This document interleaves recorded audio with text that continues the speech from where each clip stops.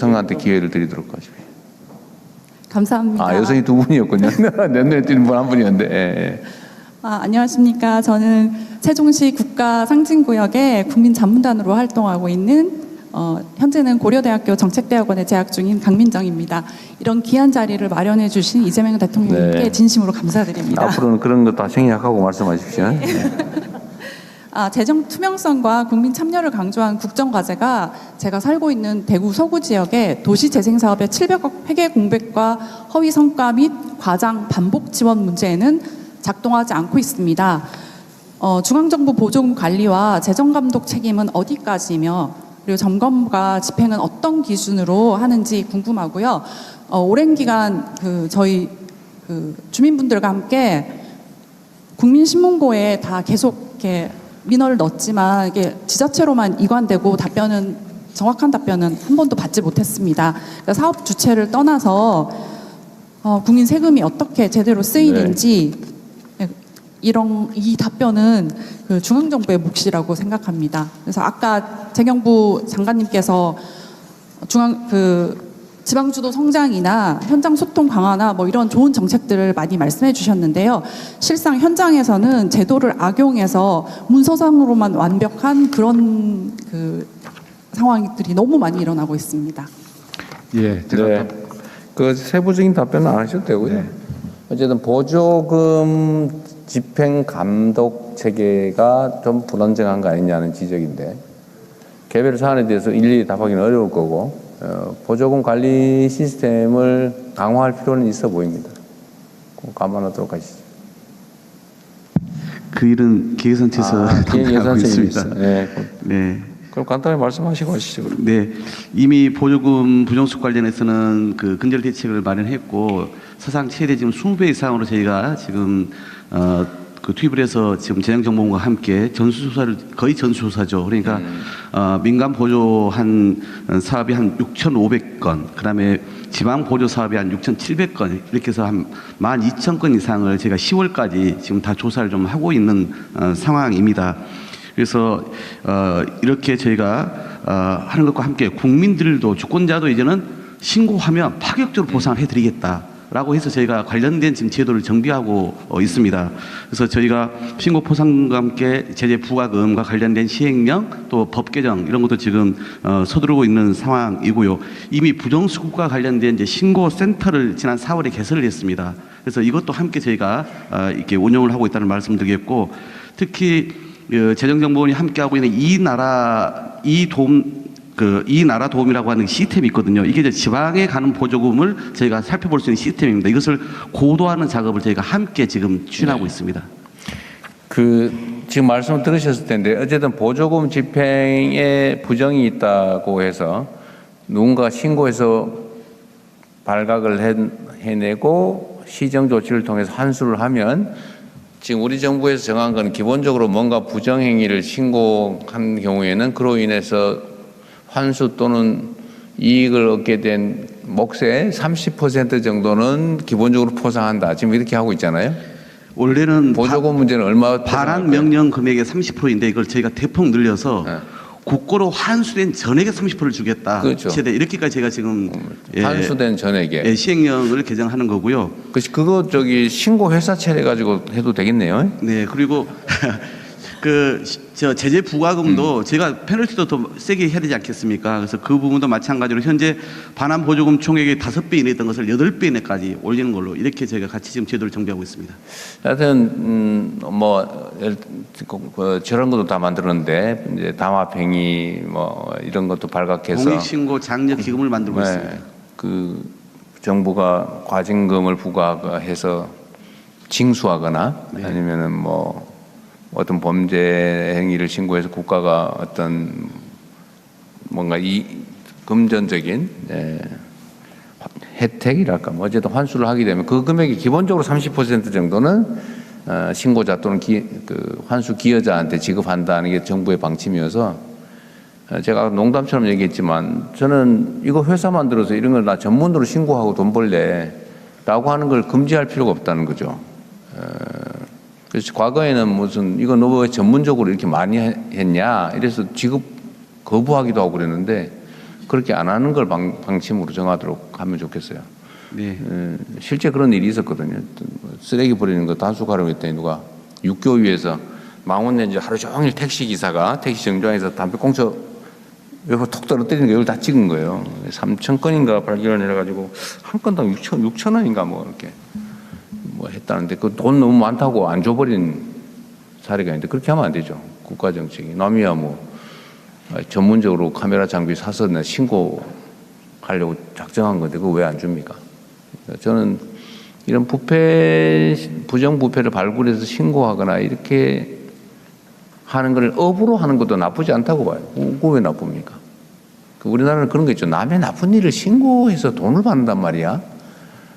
라는 그런 게 있죠. 유교 국가라서 그럴 수 있는데 저는 사실은 신고해서 그걸 발본색원하는 게 훨씬 더 국가에 또는 공동체에 기여하는 거라고 생각됩니다. 그래서 혹시라도 정부가 집행하는 데서 이 사람은 너무 전문 신고꾼이다라는 이유로 불이익을 주지는 않게 하는 게 좋을 것 같아요. 대통령님, 이 부분은 지금 이제 신고도 좀 강화해야 하는데요. 그 이전에 현장에서 일을 해보면 각 지원 사업에 응모하시는 그 기업들이 그런 것들에 대한 이게 비정상이다라는 생각이 너무 좀 약하신 것 같습니다. 그래서 이 부분에 대한 제약 그러니까 위반했을 때 다음번 사업을 정말 강력하게 못하게 한다거나 이런 강력한 제재 조치들을 각 부처가 좀 강화하기로 했고 이거는 지금보다 훨씬 더 강화해야 돼서 이게 작은 기업이든 큰 기업이든 작은 기업들은 뭐 이래도 좀 우리는 좀 봐줘야 되지 않냐 이런 분위기들이 있으셨는데 이 부분에 대해서는 저는 강력하게 위반일 때는 제재 조치를 가야 된다고 생각합니다. 총리님 의지대로 하십시오.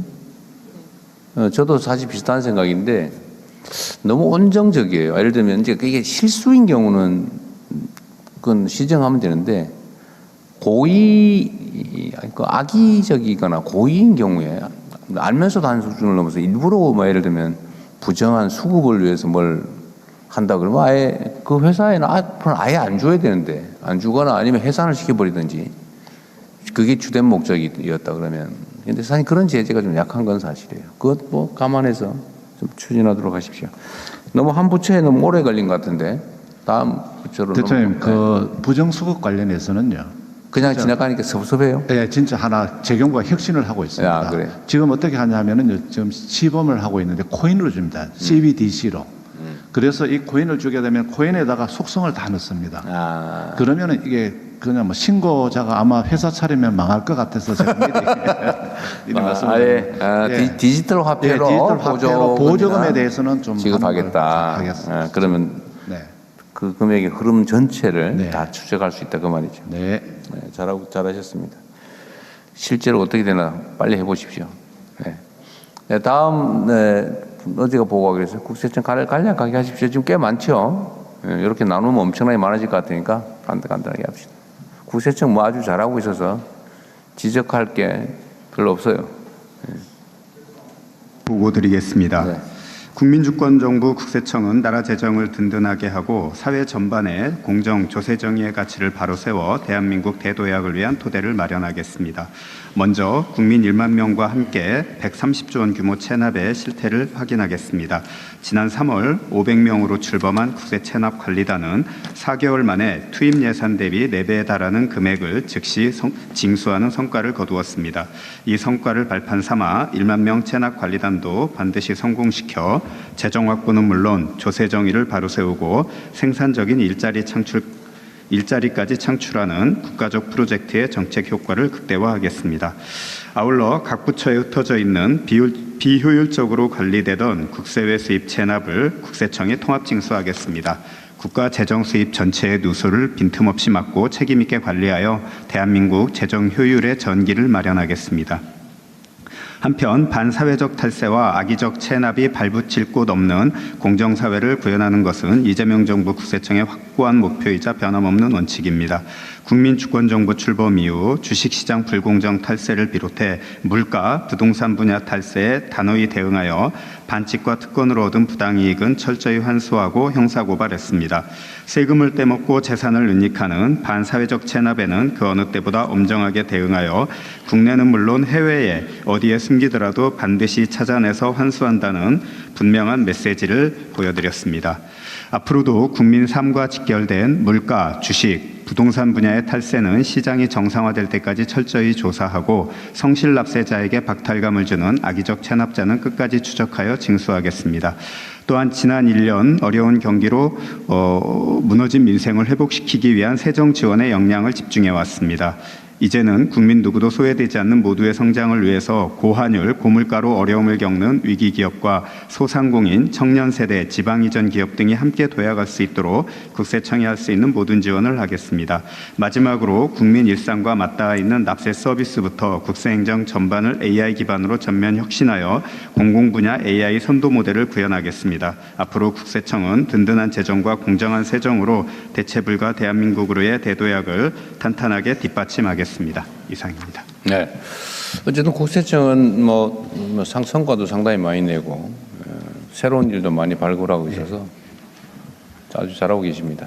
총리님 뭐 말씀 있으시면 하시고 없으시면 혹시 참여단에서 이거 지적해야 되겠다, 이거 문제다 이런 생각 드는 거 있으면 없으면 넘어가도록 하겠습니다. 없을 것 같아요. 아까 대통령님 말씀하신 것 중에요.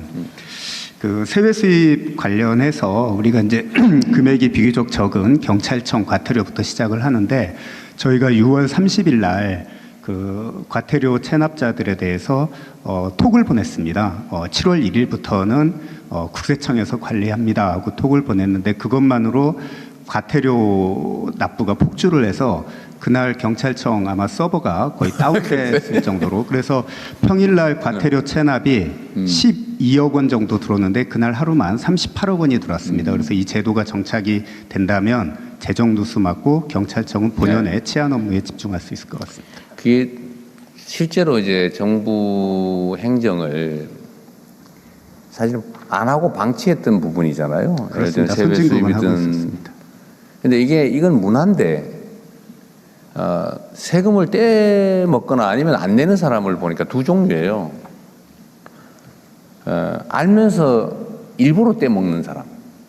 요 사람들은 계속 누적돼 있어요. 예. 그러니까 지금 숫자가 지금 국세 체납자가 몇 명쯤 됩니까? 국세 체납자는 한 130만 명 정도 130만 명 정도죠.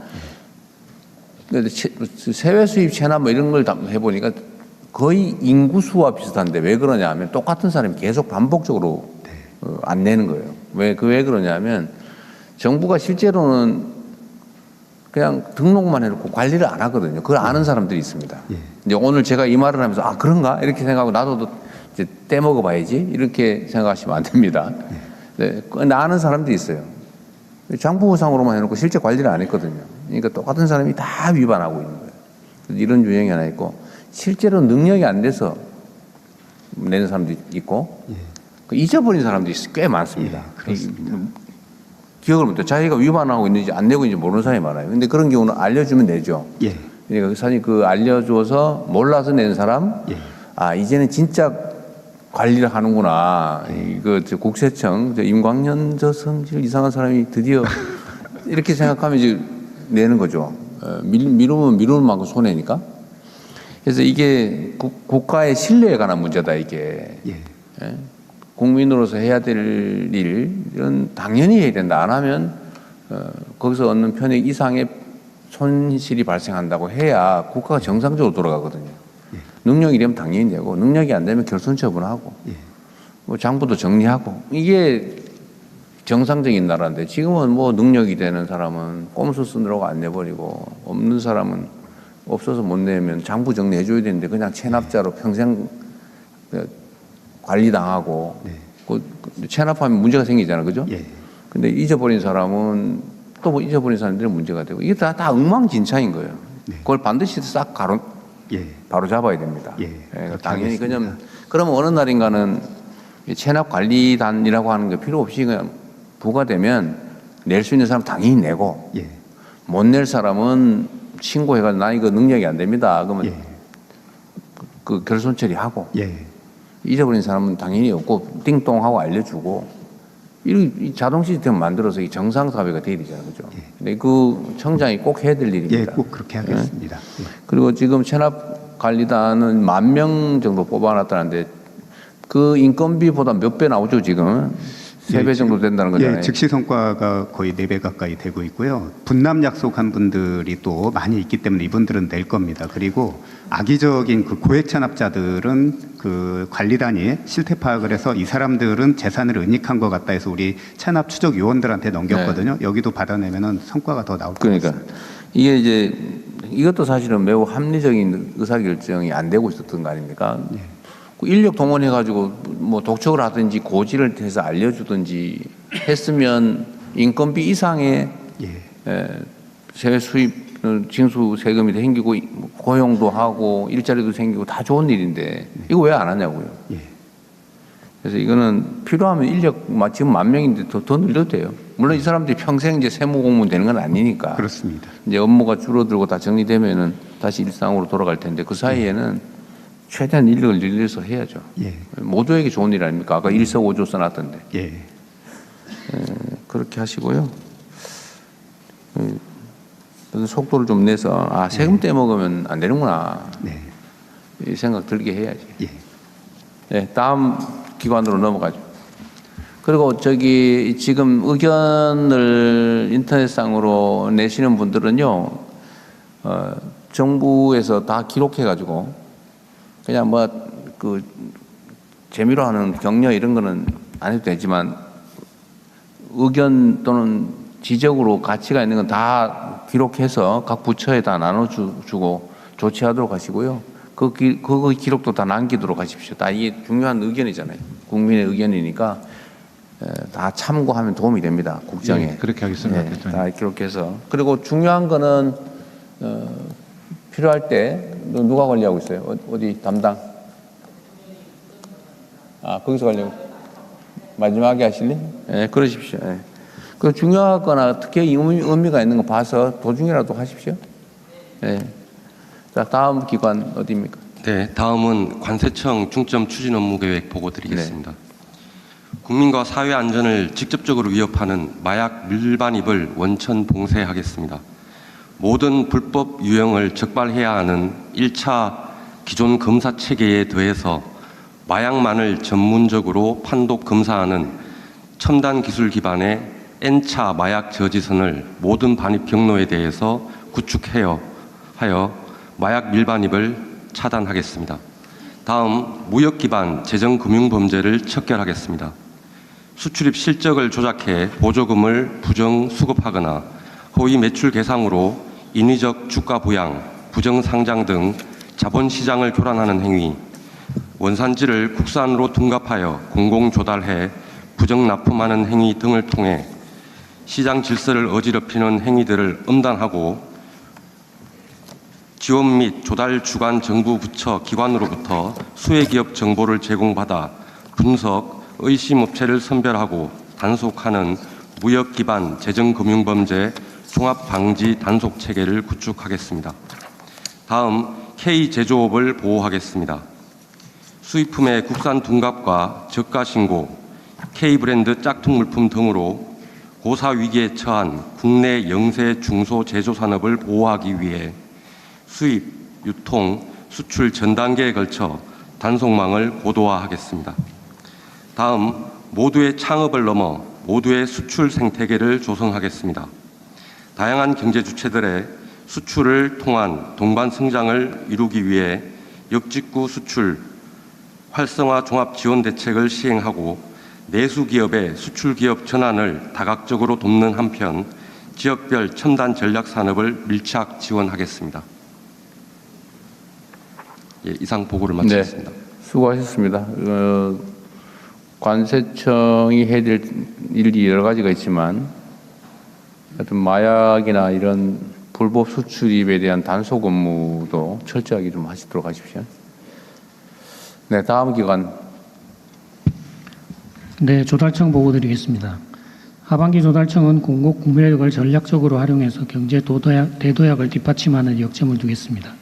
먼저 혁신 조달 성과 창출을 가속화하겠습니다.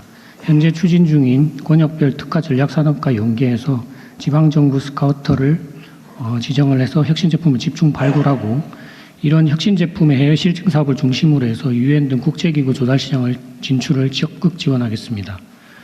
그리고 등록 요건 완화, 심사 가점 등을 통해서 AI 제품과 서비스의 신속한 공공조달 시장 진입을 지원하고 공공조달의 모든 과정을 AI화하도록 하겠습니다.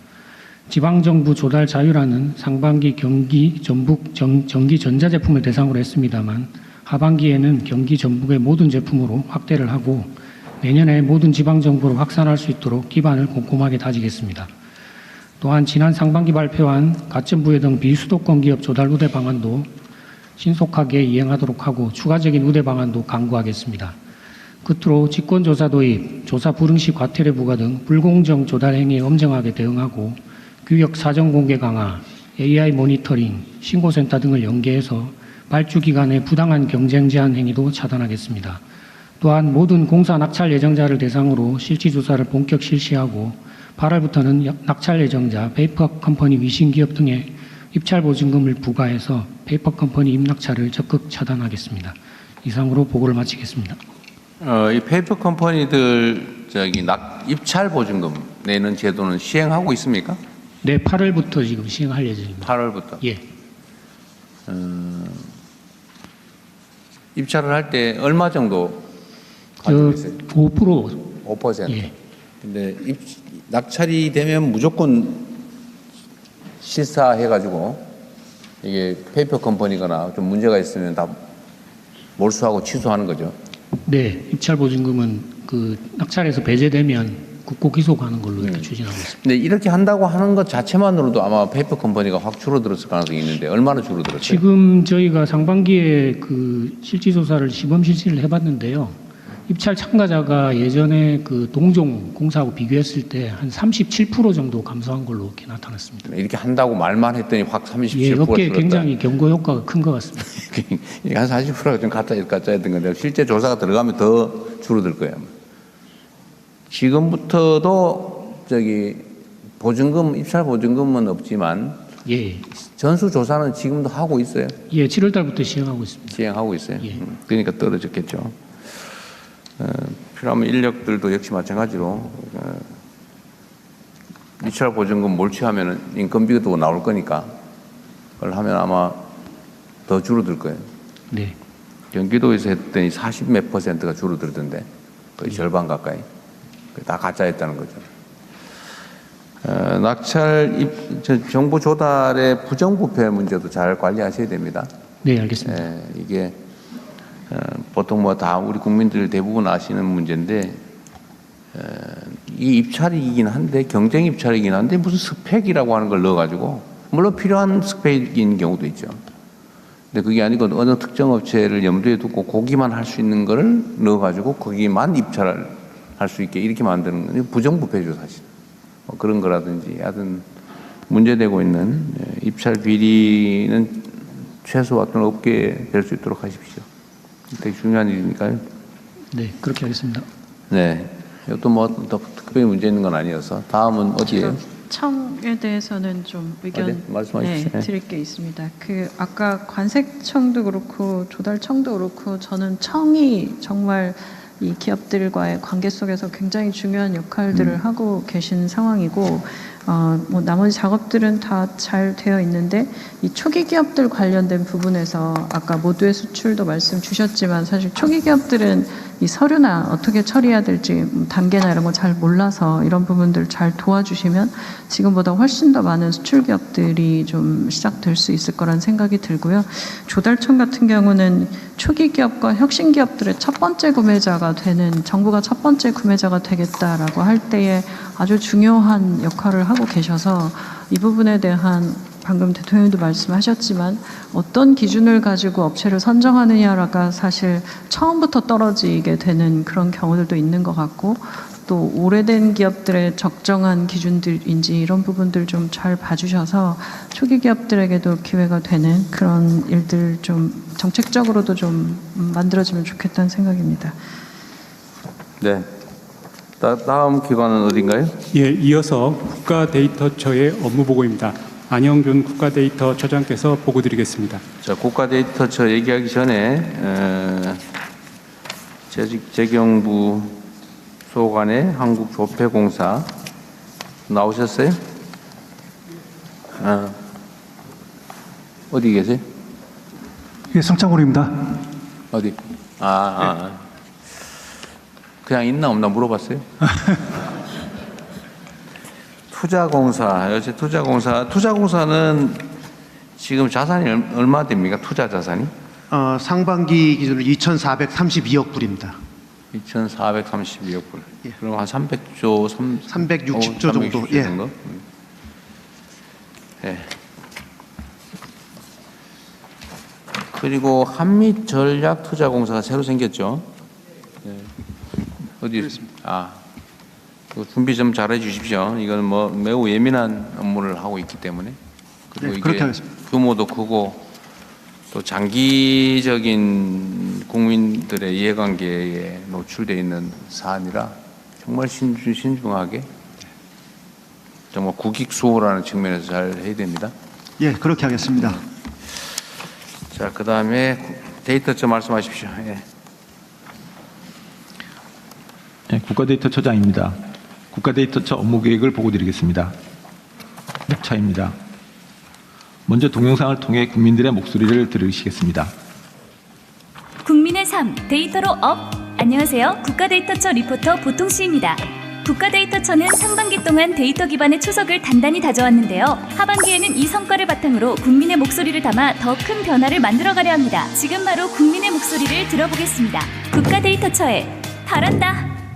우리나라는 AI 레디 데이터가 부족한 상황입니다. 다행히 고품질 데이터 선별만으로 특화형 AI 성능 향상이 가능하다고 합니다. 이러한 데이터 관리 체계가 만들어지면 부처별 AI 모델 구축에 도움이 될 것 같습니다.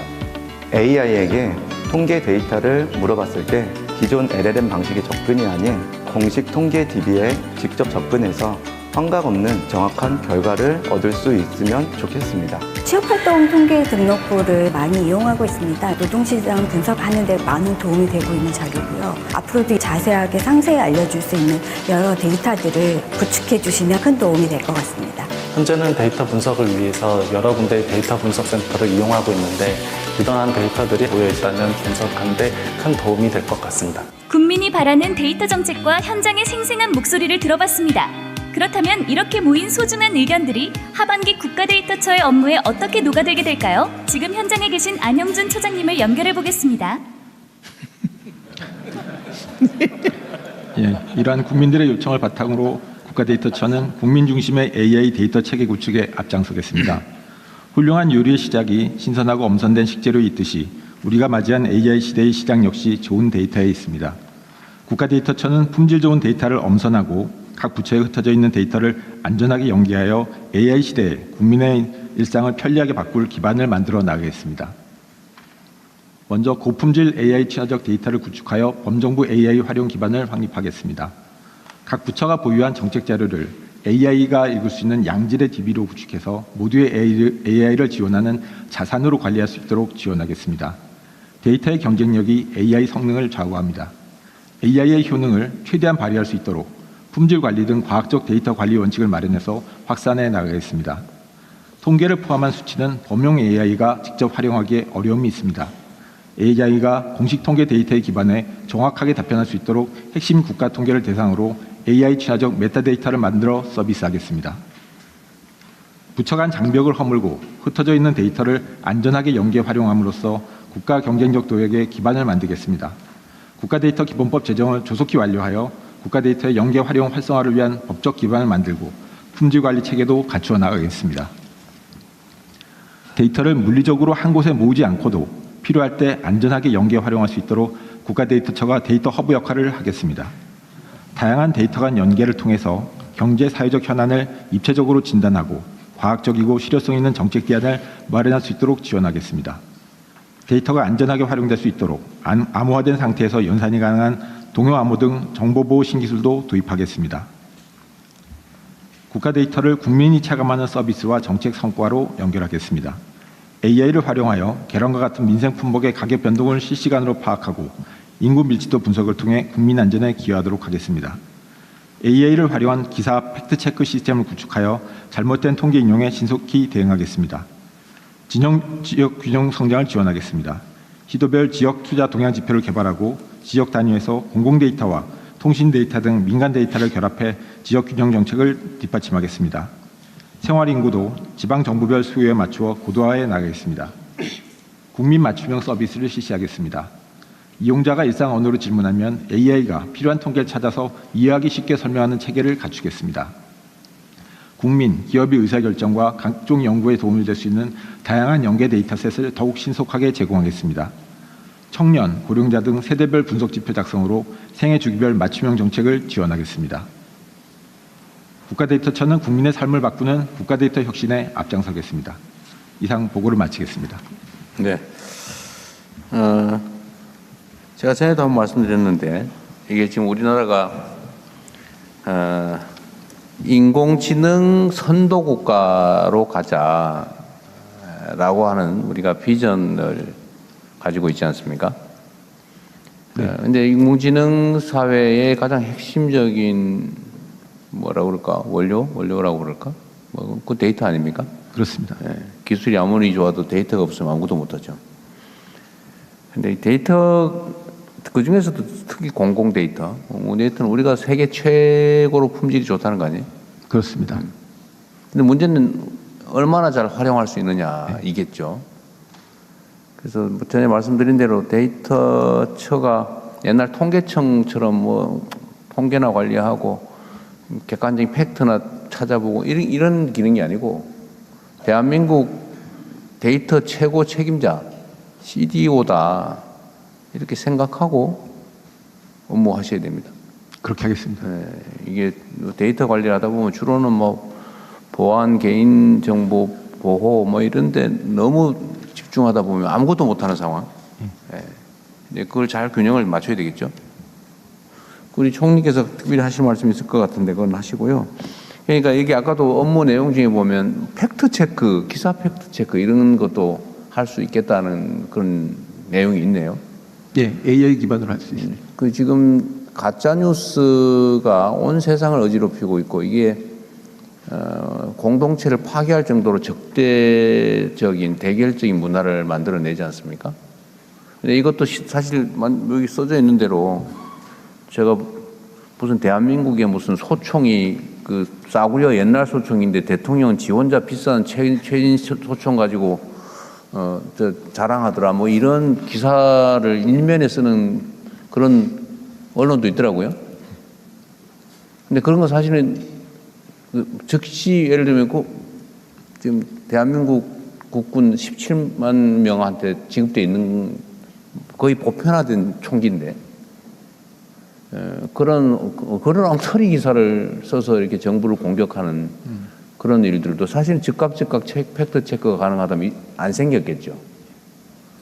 근데 이렇게 영향이 있는 가짜를 즉각 그러니까 분석하고 팩트에 기반해서 반론하고 하는 것도 시스템적으로 할 수 있을 것 같아요. 꼭 사람이 아니고. 저희가 지금 내부에서 AI 기반으로 POC를 하고 있고요. 내년에 바로 시스템을 구축하게 계획이 있습니다. 그리고 이게 뭐 그런 거대 언론사 하나의 문제이기도 하지만 이게 예를 들면 유튜브든지 뭐 온 동네에서 그런 일이 벌어지잖아요. 근데 그런 것들도 사실은 실시간 팩트에 기반해서 반론하고 정리하는 것도 충분히 할 수 있는 일인 것 같아요. 그죠? 예, 그렇습니다.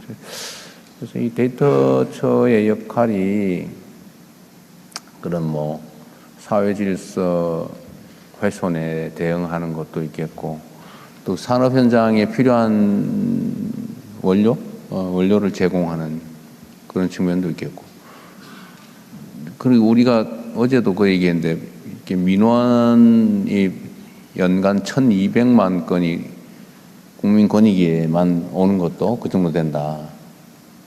기타 등등 하면 2천만 건이 넘을 것 같은데.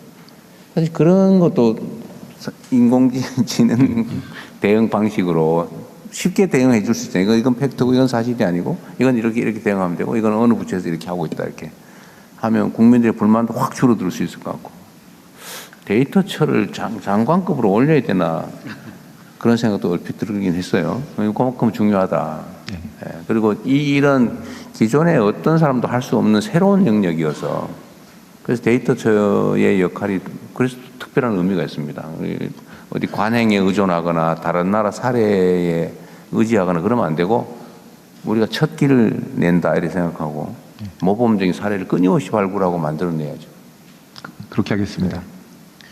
네, 지금 제가 사실 드리고 싶었던 말씀 딱 주셨는데요. 이게 우리가 AI 시대 그리고 뭐 데이터가 중요해 이렇게 얘기하는데 사실 조직의 위상이나 조직의 예산이나 구조나 이런 부분들이 뒷받침되지 않으면 그런 일들을 좀 속도감 있게 할 수 있을까 이런 생각들이 들고 그리고 각 부처에 있는 정보원이 있습니다. 이 데이터를 직접 다루고 있는 고용정보원, 뭐 복지정보원 이런 곳들이 많은데 거기 있는 데이터들이 또 잘 연결돼도 이게 굉장히 의미 있는 일들이 될 것 같아서 일단 데이터처를 첫 번째 업무보고로 별도로 좀 받고 하실 부분들이랑 이런 얘기를 좀 나눴습니다. 그래서 이 부분들은 좀 정리되면서 더 말씀드려야 되지 않을까 싶습니다. 실제로 대한민국 공무원들이 하는 여러 일들은 되게 이제 규범적이죠. 루틴하고 규범적인데 이게 사실은 그 인공지능이 대응하기 가장 좋은 영역의 일이기도 해요. 그래서 총리께서 각별히 관심 가진 영역이기도 하니까 데이터처 역할을 좀 더 강화하도록 하시죠. 하여튼 매우 중요한 부처다. 네. 잘해주세요. 네, 성과를 내겠습니다. 그러세요. 네, 다음. 네, 이상으로 첫 번째 세션을 마치고. 아, 그래? 그러면 두 번째 세션으로 넘어가겠습니다. 넘어가기 전에 우리 참관단도 시간 내서 일부러 왔는데 얘기를 꼭 요거는 해야 되겠다 하는 부분은 요약해서 해주셔야 됩니다. 올해 아무나 하세요 그냥. 예, 뒷줄. 여성이 하세요 여성이. 비중을 맞춰야죠. 세상의 절반은 여성인데 아까 보니까 균형이 안 맞았어 보니까. 여성. 예. 앞부분 앞줄에서 앞줄에서 해주십시오. 예.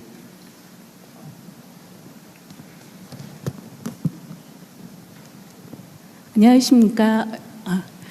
저는 그 25년 동안 현장에서 1만 6천 건의 채무 조정을 해온 금융복지 민생 전문가 송지원입니다. 그거는 다음 사안에 해당되는 것 같은데요. 아, 지금 하면 안 될까요? 네, 나중에 하십시오. 기다리겠습니다.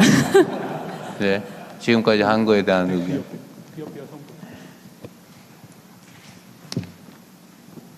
안녕하십니까. 전 청와대에 처음 온 20대 홍희경입니다. 처음 왔어요? 아까 그 재정경제부 장관님께서 그 MSCI 선진국 지수 편입을 위해서 많이 노력해 주신다고 하셨는데 그 중에서 가장 중요한 하나가 외환시장 24시간을 추진하고 있다고 알고 있습니다. 근데 이게 이 24시간이 단지 제도만으로 되는 게 아니라 현장의 일자리 뭐 거래소나 이런 노동자분들이 뒷받침을 해줘야 가능한 건데 실제로 24시간제에 대한 현장분들의 반대가 많은 걸로 알고 있습니다. 혹시 장관님은 이런 거에 대해서 어떻게 대응을 하고 계시는지 그리고 이런 반대의 해결책을 어떻게 생각하고 계시는지 궁금합니다. 예, 좋은 질문 주셨습니다. 지금 저희들이 그 새벽 2시까지만 하다가 이제 24시간 하다 보면은 하기 싫은 분도 계실 것 같습니다. 그런데 저희들이 금융기관에 협조를 해가지고 최대한 이분들이 쉴 수 있는 쉼터까지도 좀 마련해 달라. 제가 지난번에 그 하나은행 직접 현장에 가가지고 회장님께 좀 편안하게 집에 돌아가기 어려우면 주무시는 장소까지 좀 마련해 달라 이렇게 요청을 드렸습니다. 그래서 저희들이 그 현장을 모니터링해서 현장에서 어려움이 없도록 인력 정원이나 또 그 근무하시는 거 야간에 또 근무를 하시니까 또 싫어하시는 것 같습니다. 야간 쪽에 근무하시는 분들은 특별하게 더 지원을 할 수 있는 방안도 협의하도록 하겠습니다. 앞으로 이제 우리 대한민국이 국내가 중요하던 시대가 있었지만 이제는 세계적인 선도 국가로 우리가 발돋움하게 될 텐데, 그러면 사실은 우리는 밤낮이 있지만 사실은 지구 반대편에는 한참 일하는 시간이어서 우리는 주간에만 8시간 딱 9 to 5 하겠다. 이게 불가능한 시대가 옵니다. 그러니까 거기에 대응도 해야 되고 거기 또 설득도 해야 되고 또 충분한 보상이나 뭐 대책도 있어야 되겠죠. 근데 이게 이런 영역이 아마 요 원화 거래뿐만이 아니라 앞으로 엄청나게 많이 생길 거예요. 그리고 요즘은 또 직장에서 물리적 공간에 모여서 일하는 게 아니라 이제는 그 특정 공간이 아니라 특정 시간이 아니고 그냥 각자 알아서 각 시간에 주어진 일을 하는 방식으로 근로 형태도 다 바뀔 거라서 우리도 사실은 난 그런 문제도 우리가 좀 미리 좀 우리가 선도적으로 대응해 나가면 좋겠다는 생각이 듭니다. 버티다가 사실은 엄청난 피해를 입고 어차피 끌려가거든요. 피할 수 없다 이 경향은. 그것도 좀 현장에서 고려해 주면 좋겠다는 생각이 듭니다. 좋은 지적해 주셨어요. 혹시 계시면 한 분만 더 하고 넘어갈까요? 네, 그 뒷줄 이번에 뒷줄에서 해주십시오. 예. 안녕하십니까. 일진재강 그 경영지원실장 김아람 상무라고 합니다. 저는 오늘 그 불공정 무역행위 그리고 그 원산지 위조에 관해서 말씀드리려고 합니다. 저 2012년에 그 저희 60만 톤 정도 그 수입산 무게목 관관이 수입됐고요. 그 이거에 대해서 그 국산화를 위해서 저희가 투자를 해서 이제 유일한 이제 국산 무게목 관관 생산 업체가 됐습니다. 그런데 현실적으로는 이제 저가 수입산이 유입되고 그다음에 원산지 위변조를 통해서 실제로 저희가 한 5% 정도밖에 이제 머무르고 있습니다. 이런 문제는 뭐 저희 회사뿐만 아니고 다른 이제 모든 철강 업체들이 겪는 문제이고요. 이와 관련해서 뭐 관세청 그리고 산자부 무역이 많이 노력해 주시고 계신데요. 워낙 그 위변조 문제가 교묘하게 이루어지다 보니까 좀 더 강력한 대책을 요청드리고자 합니다. 그래서 강력한 처벌과 단속이 필요하고요. 이와 관련돼서 좀 실질적인 대책을 요청드리고자 합니다. 예. 감사합니다. 혹시 저기 인터넷에 접수된 내 의견들이 있으면 중에 특별히 의미 있는 게 있으면 좀 몇 개 뽑아볼까요?